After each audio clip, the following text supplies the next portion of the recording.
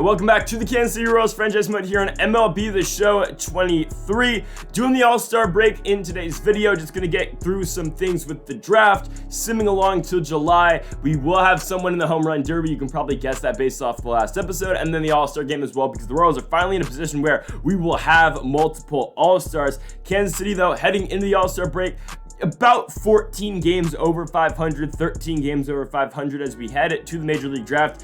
And okay, I tried letting the CPU do all the scouting. Apparently that is just the worst thing to do. So I'm gonna have to manually scout from here on out. I thought, lower draft pick, the draft's not as important to us this season. I could let the CPU do things. That was not the move. The CPU literally got everyone 5% scouted for me. And now I have no idea, who's what, rank or who's what potential level. It's just bad. It's really bad. So the Nationals are going to have the first pick till the rest of the time. They're going to take a guy named Paul Vasquez, left fielder. Again, Washington has been in that number one spot position now for 3 straight years in a row. They should have been in it 4 years ago. Unfortunately, the Pirates won the lottery, and that is something that is not in MLB The Show, which I think should be. I mean, obviously, if there's a lottery in real life, it should be in the video game. But anyways, folks, if you haven't yet, though, make sure to hit that subscribe button down below for some more MLB 23 The Show here on the channel, along with the Kansas City Royals franchise mode. Make sure to hit that like button down below, too, if you are enjoying the series so far. So they'll show us the first 3 picks coming from Washington, Cincinnati, and Colorado. But for the Royals, we have the 27th pick. So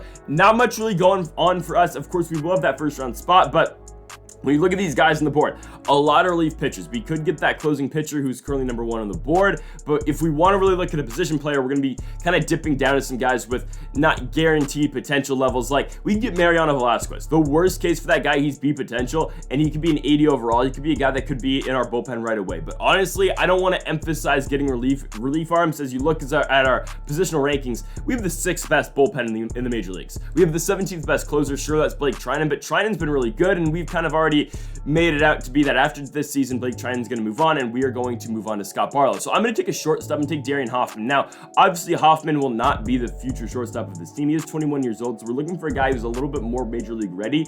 We're hoping maybe he can come and play some second base, play some third, hell, maybe even the outfield. I don't know. Again, we're not picking based on position. You pick based on overall, and then you kind of just figure it out from position after that. So our second round pick, or our competitive balance pick, we're going to go with the catcher, Lucas Mitri. I don't know. Again, he could be a 99 potential. We picked him. He's 19 years old, coming out of high school. We're hoping out of him at least Salvador Perez's replacement maybe someday. Obviously, we got MJ Melendez who can catch behind the dish. But as of now, again, Salvi Perez is leading the American League race right now for MVP. We're finally going to go pitcher Jamie Dolan, 22 years old, up to a 97 potential, up to a 66 overall. We'll see how he does. He's a right-handed arm. We'll see if Dolan can eventually make an impact for the Royals as a whole. And now on to the 4th round. Again, you're gonna look for steals, but there's pretty much nothing going on over here. Chad Carey's a guy who, sure, could be 99 potential, but 54 overall. He's a junior college guy, so a JUCO guy in the 4th round. We're gonna pick Chad. I don't know, he's a lefty.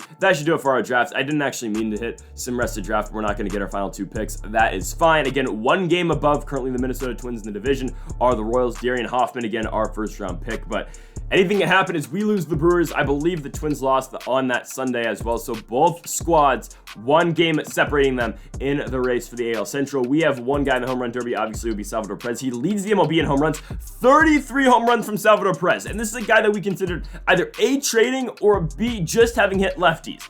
He's got 33 home runs this season. We can't get rid of the guy. He's going to be on this team, I guess, for the foreseeable future. Just when he thought it was going downhill for Salvador Perez, he turns it around, and now he'll be making an appearance in the home run derby, and one can only assume he will be the starting catcher for the American League in the All-Star game. So Gio Urshela is going to be Salvi's opponent in the first round. He's the 8th seed. He hit 15 home runs. Salvi comes to this one with 308 career home runs, and my goodness, that BP is so slow. It was not that slow last year and the year before. It was coming at you maybe 70 miles an hour. This year, it's 50. That is so incredibly slow. I'm going to have to kind of just adjust to that with Salvador Perez here. Again, 4 minutes to 16 home runs for Salvi. If we hit 2 home runs over 440 feet, Perez will get another 30 seconds to try to catch Gio Urshela. Hopefully, we're not going to need that. And again, this is a park, Oracle Park, formerly known as AT&T Park here in San Francisco, California. Tough, really a tough park to put the ball out of. It plays really big. You got 382 out on the left. It's a huge park, and it's going to be a tough one, really. So I guess if we do see low numbers in this home run derby, that's why. It's not a field even where the All-Star game is in this year, real life. We're actually going to take a time timeout to early in this round. I want to get all of Salvi's, momentum and energy going, because he still needs 10 home runs in 2 minutes and 23 seconds.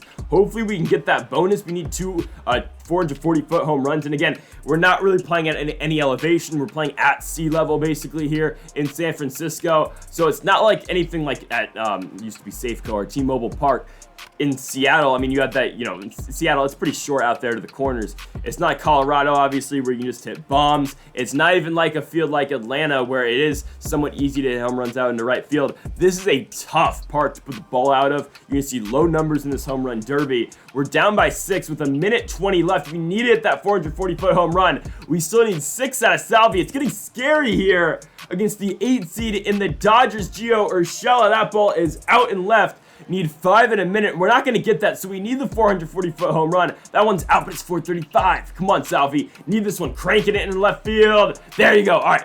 We hit the 440. We need 3 home runs in a minute out of Salvador Perez to tie 4 to win. Perez, that's not going to do it. Oh, man, 24 seconds to go in at least the non-bonus round out of Perez. There you go. Okay, we need 2 more. His energy, though, does not reset as we go into overtime or into his bonus. Okay, we're going to have 2 minutes. We're going to have 2 swings in 30 seconds or 2 home runs in 30 seconds. That's not going to be it to the fence. He is out of energy. Salvi Perez pulls it. Oh, my goodness, it's foul. 15 seconds. We need 2 swings, 2 home runs. That should be 1. Oh, it's out. Oh, my goodness. We're not even going to look at it. It's just, oh, my goodness. That was bad. Yeah, Pete Alonso wins LOL. I mean, I don't know what else to say. Blake Triton's an all-star again, which is interesting because, the ERA is 3 this year. It's not bad. Wow. Vinny Pasquantino, we thought he was going to be an all-star, but in the 2 spot, it's crazy, batting 276. Where's Salvi? Salvi's batting 8th or 9th? Wow. I mean, the guy's got 33 home runs. He's only batting 250, but still. And Jock Peterson's an all-star, which I guess is well-deserved.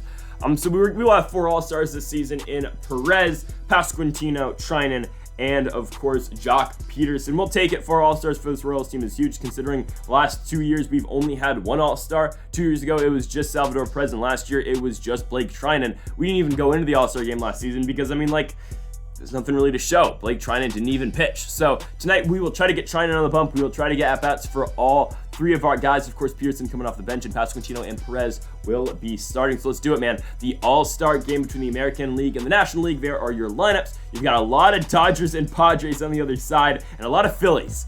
There are 4 teams that make up the National League: Padres, Dodgers, Phillies, Braves. It is a 4-team National League.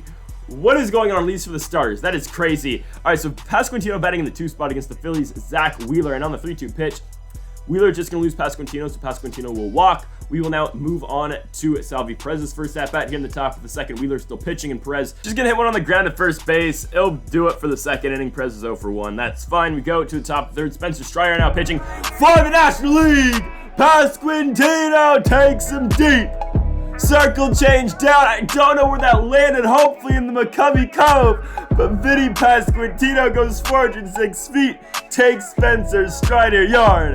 And for the American League, 4-0. But more importantly, Vinny Pasquantino gets his all-star game moment. That is huge. Big shot for him. Going to the top of the 4th now. And Salvi Perez, who's supposed to be the guy on this Royals team, is getting upshowed here by Vinny Pasquantino. But it's fine. Pasquantino back up here in the top of the 4th. He'll strike out on the knuckle curve. Now up should be Perez again in the top of the 6th. Tyler Glasnow now pitching for the National League. And Perez hits one hard, but right up the middle and straight into the shift. So to the top of the 6th. Here comes Vinny Pasquantino. Still at the top of the 6th. Pasquantino will strike out. Jock Peterson now comes up in the top of the 7th. Pinch hitting. And against Edwin Diaz, he'll hit one up the middle. Jock will be on with a single and an RBI. 9-1 now our score for the American League, as here in, I believe, the 8th inning, Blake Trinan will get his inning of work. 2.96 is the ERA for Trinan so far this season with 22 saves and over 29 games. So Brendan Rodgers up first for the National League. Swing and a miss on the Trinan slider. Now to the dish, it will be, I believe, Austin Riley. He's going to ground out to Jose Ramirez. J-Ram's got him at first base.